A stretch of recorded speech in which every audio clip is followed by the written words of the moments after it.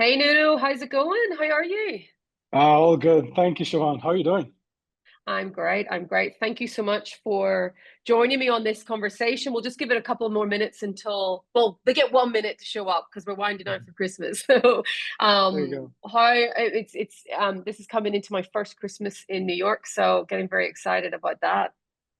And all the lights and the Macy's parade and all of that. Can you see You'll have my a like treat. outside winter garden tree in my office right now? It's so cute. Yeah, you need more kind of more color there, but it's beautiful though. It's very No, I beautiful. love it. I love it. Hey everyone, welcome. Thanks for joining.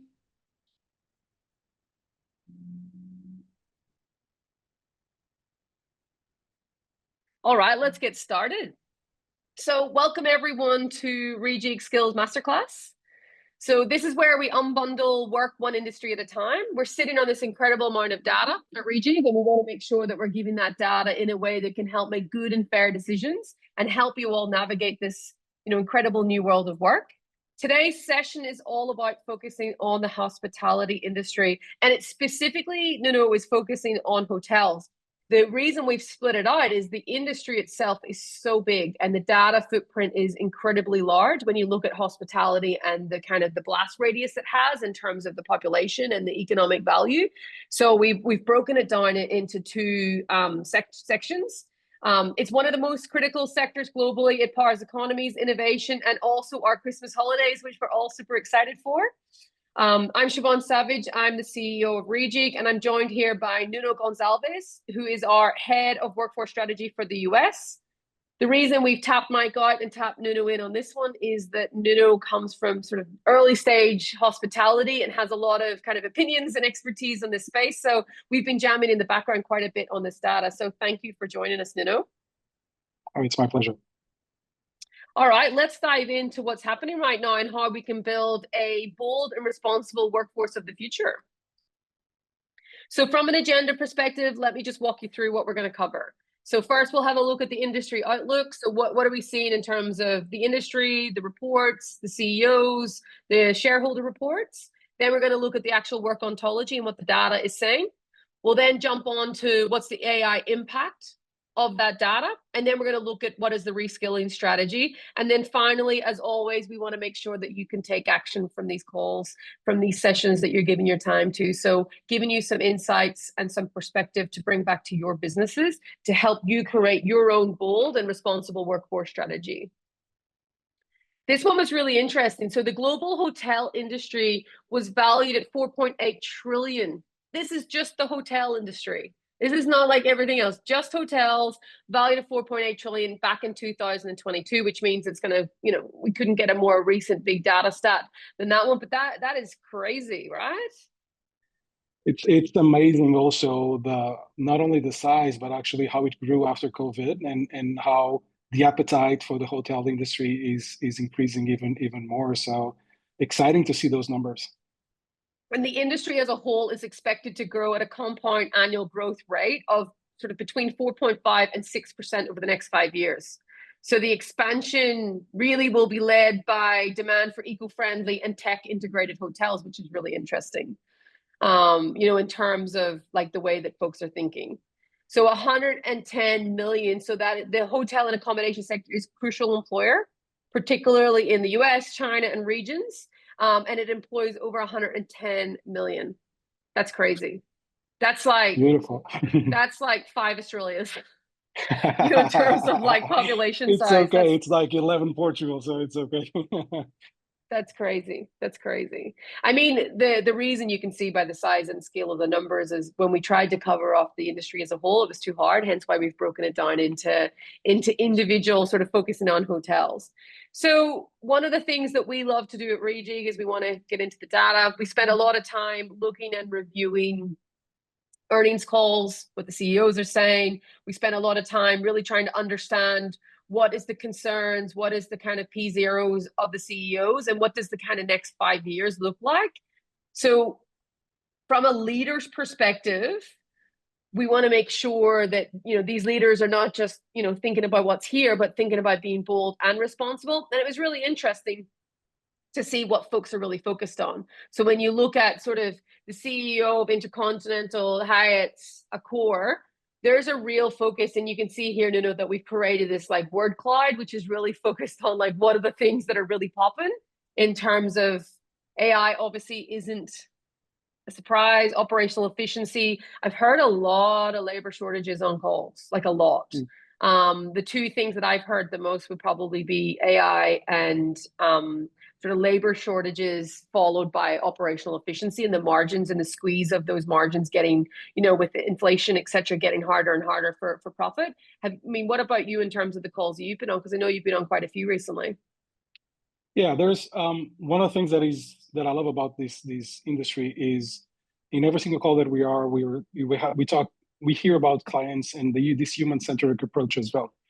And this is an industry that is very, very specific and ultimately requires and demands people that have this human touch. So I think, to your point, it is a low margins for the most part, depending on whether you're talking about more high-end or not high-end companies. It is a relatively low margin industry. And the amount of automation that this is having is significant, and in all roles and in all parts of the hotel industry as well. So those are the two things that I believe are most interesting. One, it's always a surprise when you go to a call and you hear not only talking about clients, but this human-centered piece of the hospitality, which is phenomenal. And the second, 100%, the automation and the shortage of not only work and labor, but the shortage of skills as well, that are required for today and for the future. I did see a really cool, just off record, track, kind of another rabbit hole. I seen this incredible, like, robotics thing around hotels, and it was all about ironing, the big sheets. Yeah. Which typically requires two humans to feed through. And when I first started my career, I actually started when I was 13. I was making coffees and then was one of the people that would hold the big sheets. And you would stand there for hours just passing them through this massive machine. And there was robots doing it. And I was like, wow, this is incredible. I know. And I think it's like even in food preparation. I know it's not necessarily where we want to focus, but imagine the amount of time that is needed to be able to that you can gain by not doing it by a machine or actually doing with the precision of a machine and so on and so forth. The control of costs that you could eventually have much higher than before. But it is the world of robots that will soon come here. It is incredible. Like, a lot of folks are talking about AI and Gen AI, but actually I'm spending a lot of time looking at robotics right now, just to try and figure out that side of the coin. Because I think we're not really talking about that, but I do know that if you look at these kind of human-centric technology, you look at efficiency, you look at sustainability, you look at all of that, that's really going to come with some kind of operating model shift in terms of how these hotels operate, right? And Siobhan, do you see any, apart from manufacturing, which ultimately is kind of the business case for robotics, do you see any other industry that is as exposed to robotics as hospitality or? Healthcare. I think healthcare. I think different, like the healthcare robotics will be like a blend of robotics and AI together, because like really sophisticated surgery and a lot of different kind of machinery and robotic on that side. But I think from a practical taking tasks that you would have thought required humans to do. And by the way, these are not tasks that anyone wants to do. Like, these are tasks that, folks want to give up, and we could train them up to do more meaningful work. So I'm actually like fascinated by those types of robotics that takes and this is the best play for any company that's thinking about building, go after the crappy tasks that no one wants to do them really well, and then charge incredible amount of money in a different way to kind of essentially, take that task out. And then it's up to the CEOs and the chief people officers to then think about how we think about, those folks that were doing the early stage folding sheets and ironing. What can they do that, making a bed is really difficult. I don't think a robot can get to making when you go to hotels, they have the most beautiful beds and the way that they're designed. I don't think any robot could do that. Like, I would be interested to see someone get that really right. But I think it's, again, figuring out the tasks to get to the point of making the bed, where it's like, I've had a robotic ironing the thing. I then have, the beautiful human touch that no one else can bring to, this perfectly fluffed bed with the perfect, have you ever tried to turn in the corners and to make it like a hotel?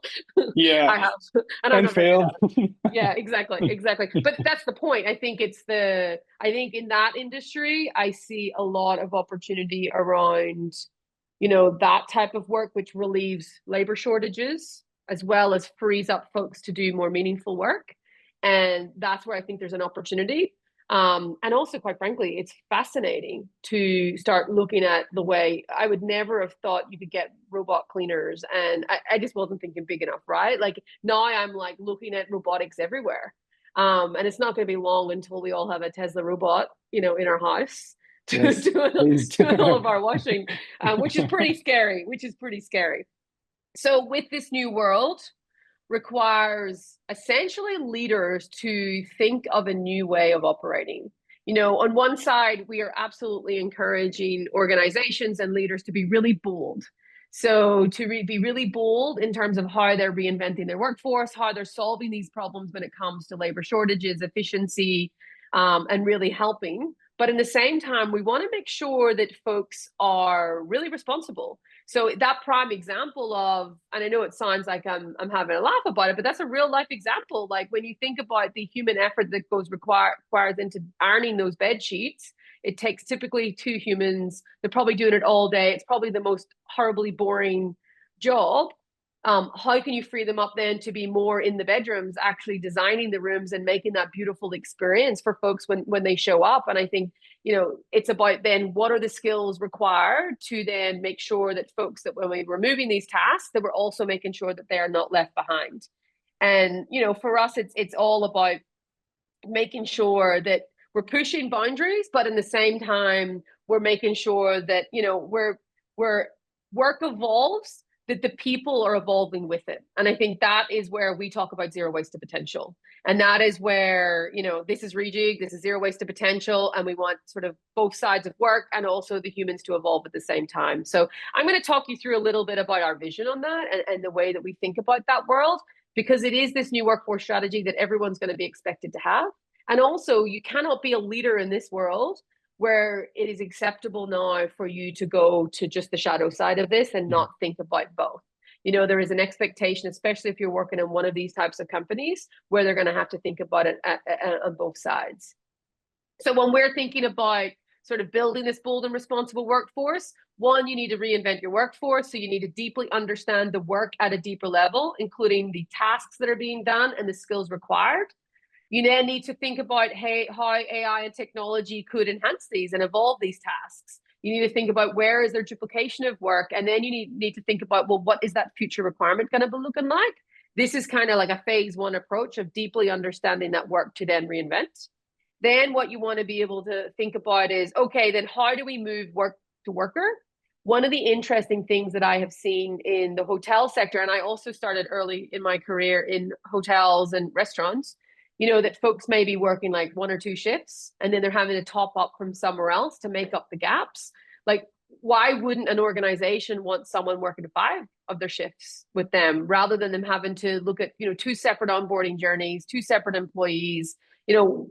It's in their best interest to think about increasing velocity and productivity, the tribal knowledge that someone gains from being dedicated, especially in those human touch jobs where it's very sort of front facing and customer centric. You want those to be your best folks. So really looking at how you move work to worker and increase that velocity. And also that gives everyone access to meaningful work. I don't like the idea of folks having to work more than one job. That's kind of like, how do we think about folks having to make a living by splitting 2 to 3 jobs, which is quite common in the space, and I think, how do we look at where the opportunity exists within the organization? And then sort of the final component is, how do we think about retaining and reskilling? So creating that culture of opportunity, you need to become a skill building powerhouse as an organization in this new world. It is not okay to just come up with a couple of career pathways and think about those future jobs. You need to have this always on repetitive drumbeat around making sure that everyone has access to the skills that you need, but also that you as an organization even know what skills you're going to require to drive your people towards. That is critically important when we're thinking about this bold and responsible workforce strategy. With these steps, you're going to be able to design a workforce which is ready to continuously evolve as well. And not only are you designing this bold strategy, but you're actually creating a world with zero waste of potential everywhere, which I think is incredibly exciting. Now, from a work ontology perspective, the way that we think about this is, you have your work and that jobs have tasks. AI automates tasks, not skills. And then when you're looking at tasks, they actually require skills to complete those tasks, and people have skills. So the formula here in terms of your cheat sheet for what you take away from today, jobs don't have skills. People have skills. Jobs have tasks. And you need to understand the tasks that are happening across your business to make sure that you can design your workforce strategy to make sure that you're not leaving anyone behind. Now, from an ontology perspective, we've deeply dived into the industry as a whole. This is kind of an example of one of the outputs of an ontology. It lists all of the tasks, the skills required, and then we look at sort of efficiencies, we look at AI opportunities, and what we're able to then basically see is like a kind of macro look at the industry. We then can look at the company, and then we can look back into the job, and then that tells us the impact of sort of where we're thinking about in terms of that intelligence. And the intelligence that we can see is the AI potential index. So what is the highest potential for AI or robotics? The workforce bloat or task duplication. The ROI and timeline we would expect to see when it comes to adoption of AI. And then the reskilling requirements. Where do we think these will be the most impacted jobs? So this is some of the data that we'll walk through today. Interesting, Nuno, from a workforce composition, what we've seen in the data, and I know you and I were jamming on this earlier, but when you look at the guest services and the amount of front-facing human connection, human touch that happens, in the front, it's 65%. And as AI and automation continue to reshape this industry, several roles are expected to change. And some of the top roles that we looked at that have opportunities for workforce optimization and efficiency are the guest services, housekeeping, and revenue management. There's not so much when we're thinking about, the whole sort of sector and the composition. It's kind of like we're looking at a couple of different areas that we looked at, which I think is fascinating. And I think there's the F&B side, which is a part that I also know a little bit. Is it's if there's a place where a hotel can have a huge cost drain is on the F&B side, because there's a lot of waste. There's a lot of cost that you cannot necessarily control either. But what I love about it is that ultimately it has a lot of the human touch as well, right? So yes, you can have people kind of prepping the meals or robots kind of prepping the meals, but then the beauty of actually, and ultimately you can standardize, right? You can have, if you say this is the 5 dishes that you have, you can standardize that as well. But I think the human side of a bar, the human side of that old treatment is something that most hotel industries will somehow keep. But I'm excited about to see how can AI specifically can impact the food and beverage piece, robotics as well, but while still managing and balancing this need for a deep human touch, both on the confection of food, both on the serving of food and beverages, but also in some of the most intimate kind of experiences as well, that you will never necessarily truly have with only a full 100% robotics environment as well. Yeah. And it's that question of like, what does this mean for businesses? We believe it's an opportunity to leverage technology, to streamline the processes, reduce repetitive tasks, and empower the workforce to focus on what really matters, which is that exceptional guest experience.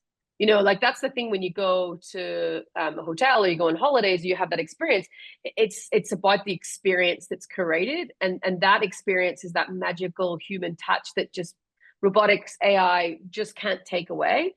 And I think that's where, when we were looking at the 3 key areas that are primed for transformation in AI and automation, first was the guest services and front desk ops that can benefit from tools like chatbots, automated check-ins, streamlining processes, enhancing guest experience.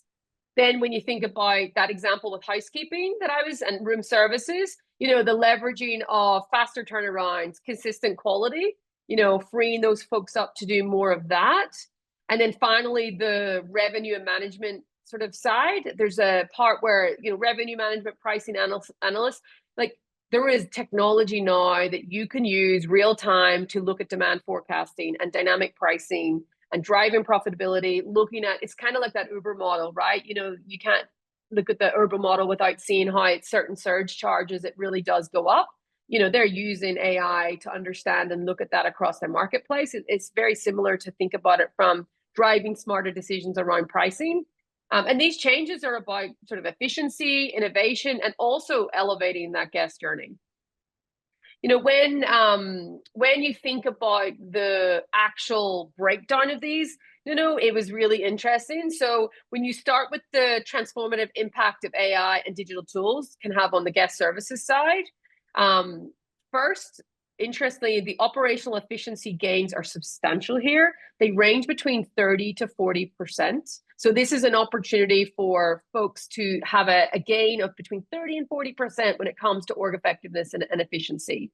So this is primarily achieved through integration of self-service kiosks, AI-powered check-ins, agents, and streamlining routine tasks and reducing manual intervention. Like that one for me that's a pretty big, you know, difference. Not sure how much I would love a serverless check-in in a 5-star hotel, but at maybe sort of a quick airport hotel, I think it would have to be dependent on the pricing tier here, right? Dependent on what was expected. And this is more me practically implementing this in my head, but that's a huge number, right? It is. No, you talk about the experience. I think it's on one side, it depends on what are you doing, right? If it's kind of your family vacations, or if it's your kind of individual work, and or even you know, you're trying to go to a hotel, but just be by yourself as well, on a spa or whatever. I think there's different types of hotels, and I would be very comfortable with, to your point, I would be very comfortable with something that is very personalized for me, but more automated, but it actually works, and I don't need to speak with anyone, because I get to the end of the day and I don't want to speak with anyone, right? But on the other side, there's you know, sometimes we go to these hotels for the experience. So I could see also a place where you start splitting, and hotels specialize more on the experience, where it will be less of that automation. But all those others where ultimately it's also an experience where you probably don't need to talk with anyone. There's models where you pay everything in advance. You don't need to do checkouts as well, as you know. Oh, I love that. That's for work though. That's good for work when you don't want to talk to anybody, right? You're done talking to everyone because you've used all your energy all day. That's perfect. It depends how introverted you are, because sometimes you just say, oh my God, I need my holidays. I don't want to talk to anyone either. So I speak too much on my work, and I want to be right. I just want to be with me and my family, no one else. And they'll know when I need them, right? And not the other way around. Yeah. I mean, from a financial perspective, according to our data, these lead to sort of 20 to 30% reduction in annual front desk operational costs. So directly improving the ROI and the margins. So these cost savings allow the organizations to reinvest back into more value added services. And this is what we're seeing across all industries. It's not about using AI and technology to take folks out of jobs. It's about reinvesting that money into other areas. Like in the technology sector, it's about investing back into AI. Here is the opportunity to really reinvest that money back in to create more value add for the services. And then they could probably charge for those, right? There are, I mean, in all of these scenarios, there are workforce implications, right? Routine guest services rules may experience a 15 to 20% decline. So this is counterbalanced by growing demand for tech-savvy concierge positions, which was really interesting. And the shift emphasizes the need for, again, more workforce reskilling. So back to that point, like bold and responsible.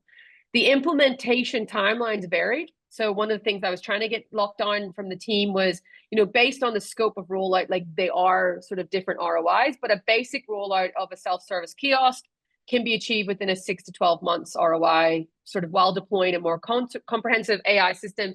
Typically would take about 12 to 18 months between data, deployment, change, and adoption. And finally, as organizations embark on this transformation, developing expertise, in AI systems and digital guest service tools, these are essential skills. So to the thing that I keep talking about on these calls, there is one, the reskilling and the skills needed to pivot someone, but then there is the skills needed from an individual to be able to use new technology. People are not going to, just magically be able to do this. You need to do both. And the learning strategy needs to be focused on the net new tasks curated and the skills required, and then the pivoting into that new opportunities as well, which is really interesting as well. The key skills that were popping up were AI systems, digital guest service tools as well, which we're starting to see flagging now across the big public data models that we have as well. So from a high impact one, from what we were talking about, we're looking at the housekeeping and room services ops. So 20 to 30% gains in operational efficiency. And this is driven by robotic cleaning systems. So this was what I spend a lot of time on YouTube at the moment. watching like digital cleaners. It might be a problem in my house that I need some more help. But fascinating, because I've spent most of my time thinking about, agents. And then I kind of really, as the more I get into this type of data, the more I'm like, wow, the impact here into hotels and industries like this is not only just agents and Gen AI, but also like the actual physical work as well, cleaning, tasks around like the ironing, etc., which is incredible. From a financial perspective, the models translated this to a 15 to 20% annual labor saving, directly boosting ROI and operational margins as well.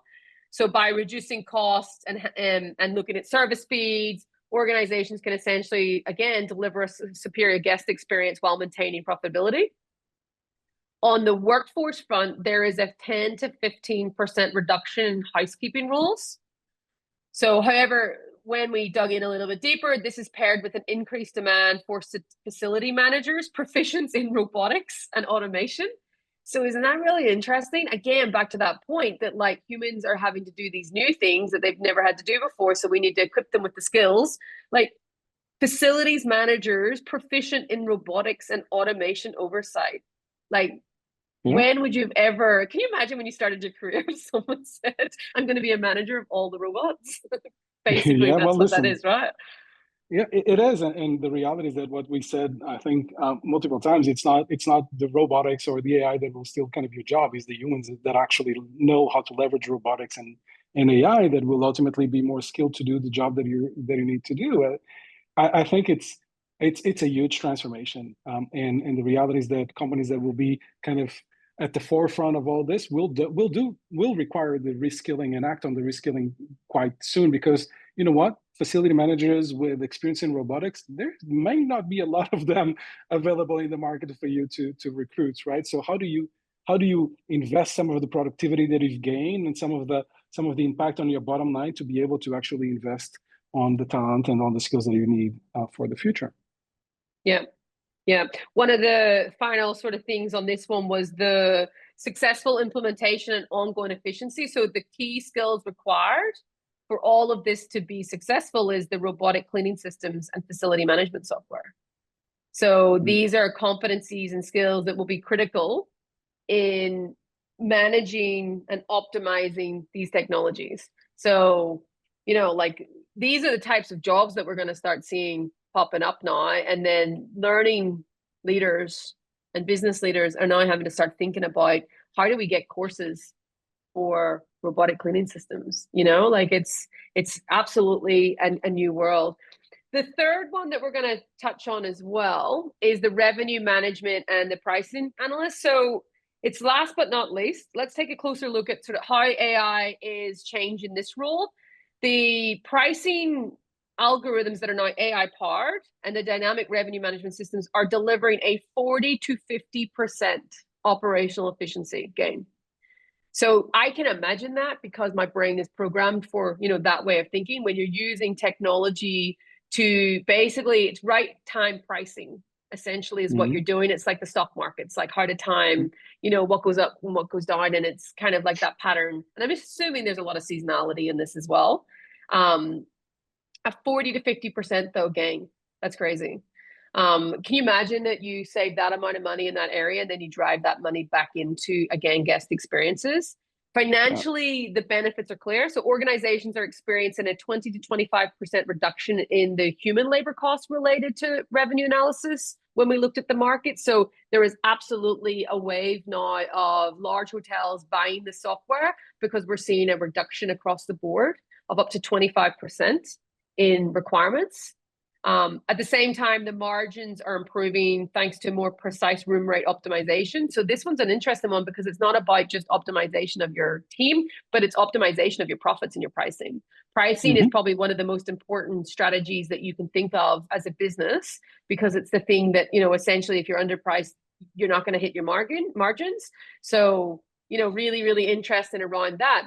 In terms, though, that's all very positive around the opportunity for the business, but from a responsible side, the dynamics here.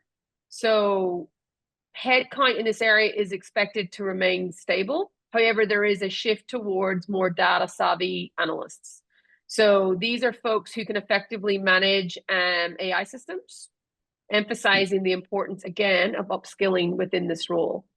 There needs to be a new term for like upskilling in the role. Like the thing that we're talking about is like the skills required for this like micro task that's now evolving. And then there's the reskilling that's actually for like a pivot. Like there has to be a new way of kind of making sort of that clear, because there are two very different things in my opinion. What do you think? Listen, I think you're absolutely right. I think the amount of transferable skills that exist from one job to the other will define what is the effort that will be required from both the organization and the employee as well. We as a learning designer, it is very different if you're reskilling or if you're upskilling, right? Because the reality is that if you're upskilling, there's a history that you can kind of somehow work on and continue to develop. On the other side, of reskilling requires very, very different things. And not that, some people say, we need to unlearn. I don't think you need to unlearn to learn. I think you need to be able to be ready to actually make big shifts. And here specifically in the industry, in the hospitality industry, although it's seasonal, there's a lot of people that actually have been in the hospitality industry for all their careers. So can you imagine like people that have been doing their jobs for 25, 30 years or 15, 30 years, exact same way, and one way or the other, we're now asking them to somehow do a lateral move to do something that, yes, they can bring something of what it's their craft in some cases, right?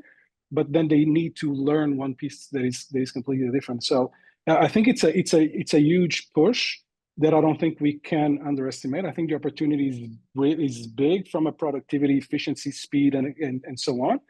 But I would actually love to see how companies that will then use part of those proceeds or part of those efficiencies to be able to support, again, the bold, right? The bold, but also the responsible piece. But to your point, yes, maybe other terms, but the reality is because upskilling for me just doesn't capture the thing. It's kind of like this just-on-time learning. It's like kind of like, it's not like a massive course. It's kind of like, I don't know, like I get there's probably terms for it, but just nothing has felt like it's resonated for me, that it's kind of capturing the thing that I'm trying to say. And I know I'm kind of speaking out loud when I'm saying that, but it's like the upskilling, the reskilling. I think it's something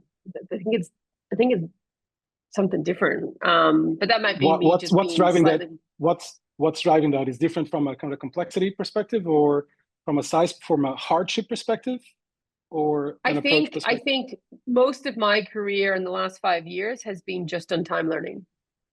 Like, very just as I needed it, which is like what most folks will have to do now. It's not like a practice, like we're going to put you on this path and you're going to know that you're going to need these things. It's like kind of like, oh God, now I got to have to deal with this thing. And how do I do that? And it's like that whole just in time. Upskilling feels to me like it's kind of like some organized approach to upskilling myself. Whereas there's this other thing that's kind of forced upon someone where very quickly they're going to have to. So I don't know.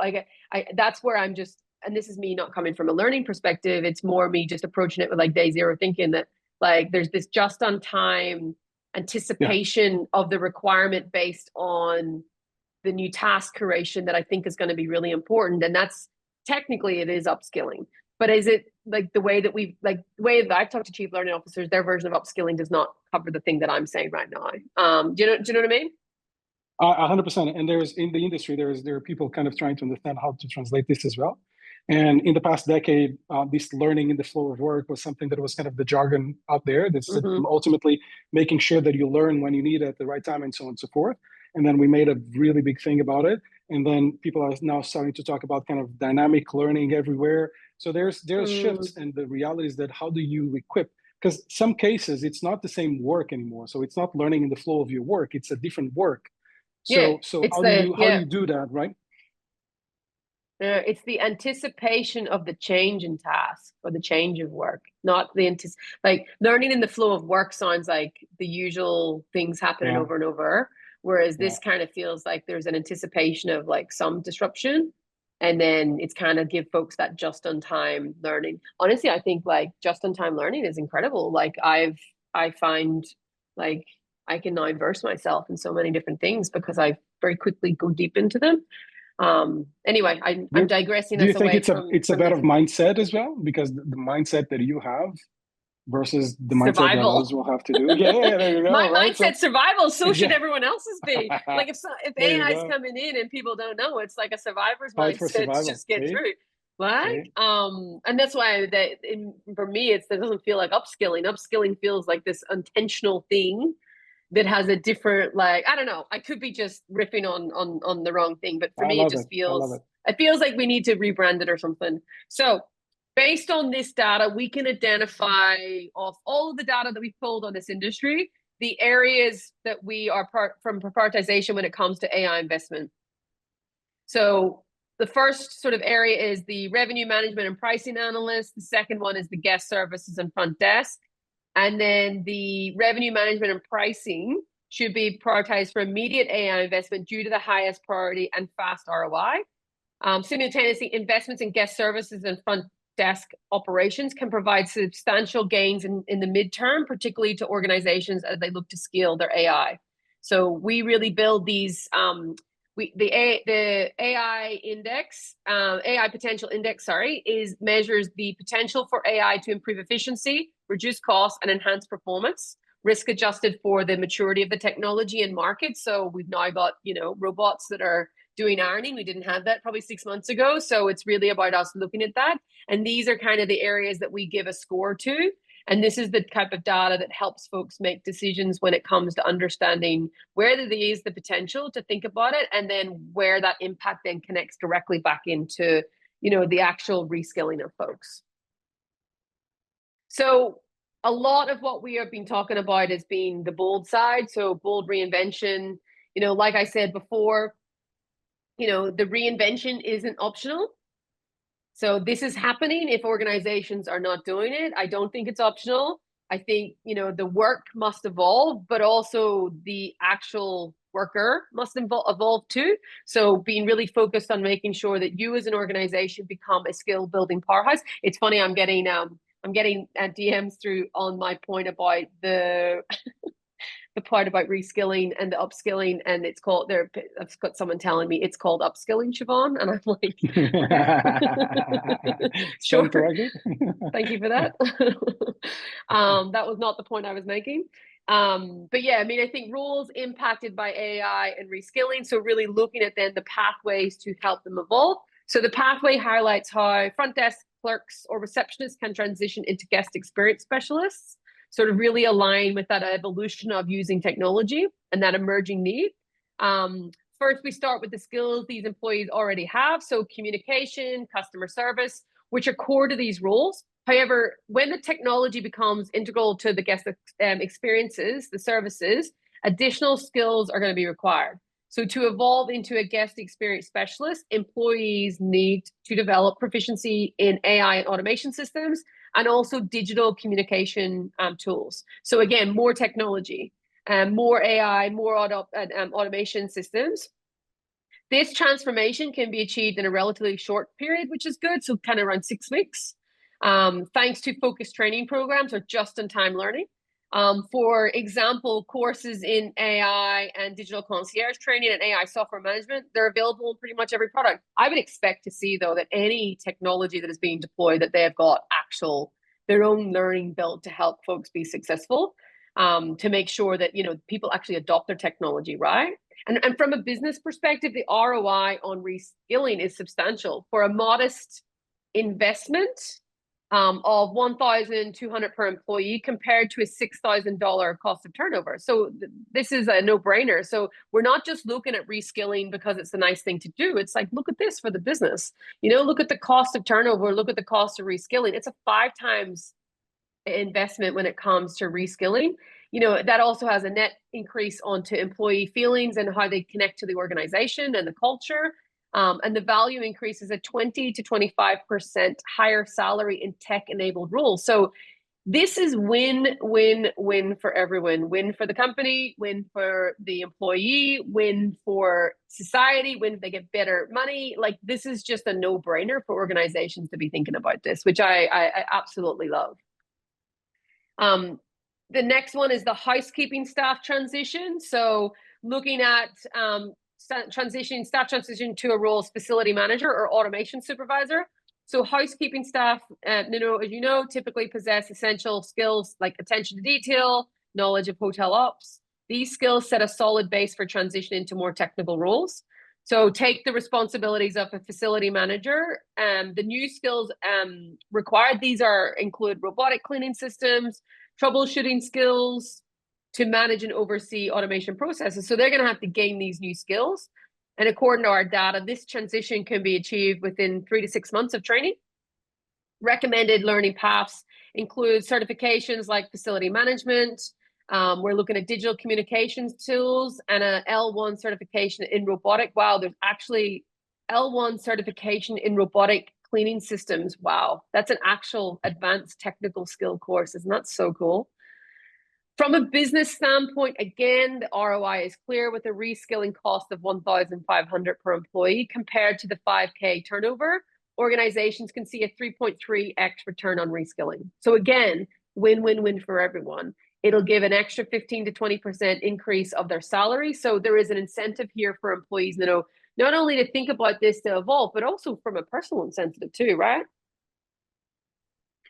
100%. And I think that's one of the biggest rewards for you to be ready actually to evolve in your profession. And one of the things that I always, you know, talk about this here is that the cost of turnover is actually something that you will gain forever, right? Because you'll be doing the same work with much less people. But the cost of reskilling is not that it's one shot, but it's you know, it starts then to be your general cost of skilling as well.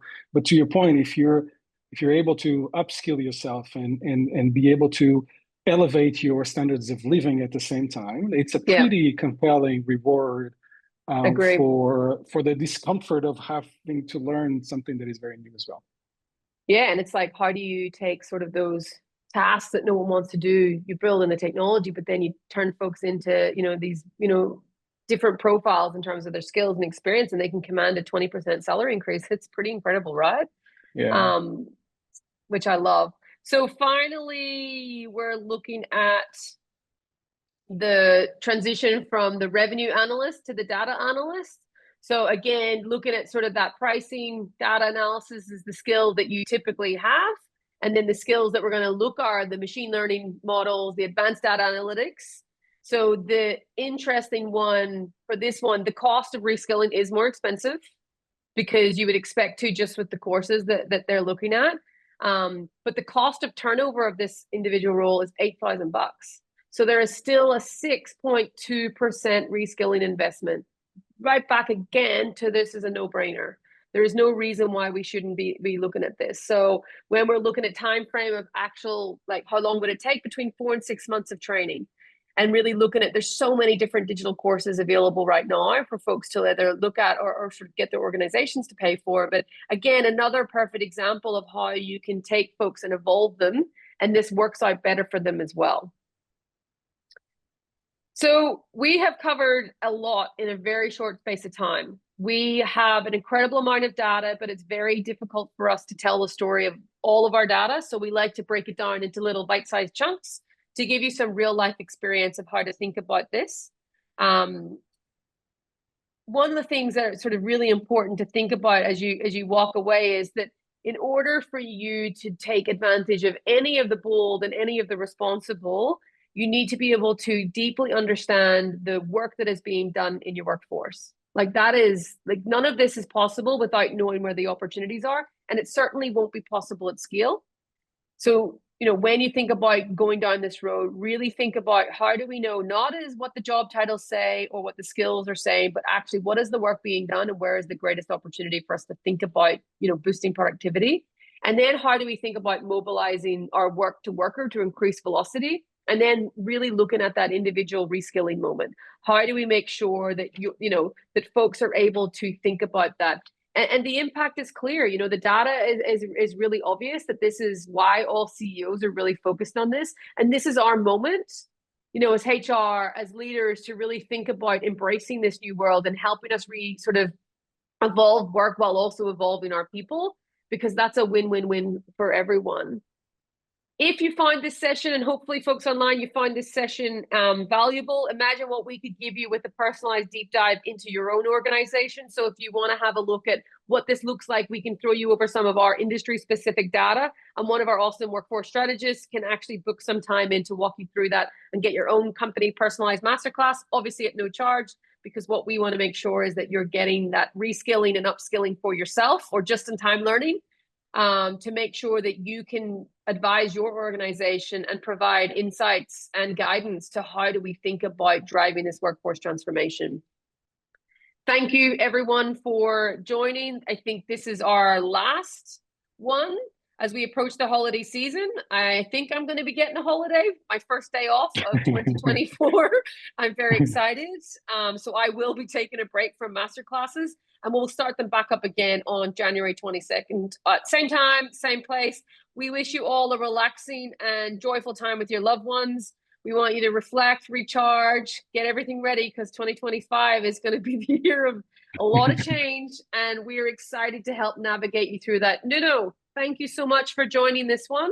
Really appreciated your insights and your guidance taking us through this call. Happy Christmas. Happy Christmas to you as well, and to everybody online. Thank you. See you, folks. I'll get back to all the DMs in a second once I get off this call. See you soon. Bye.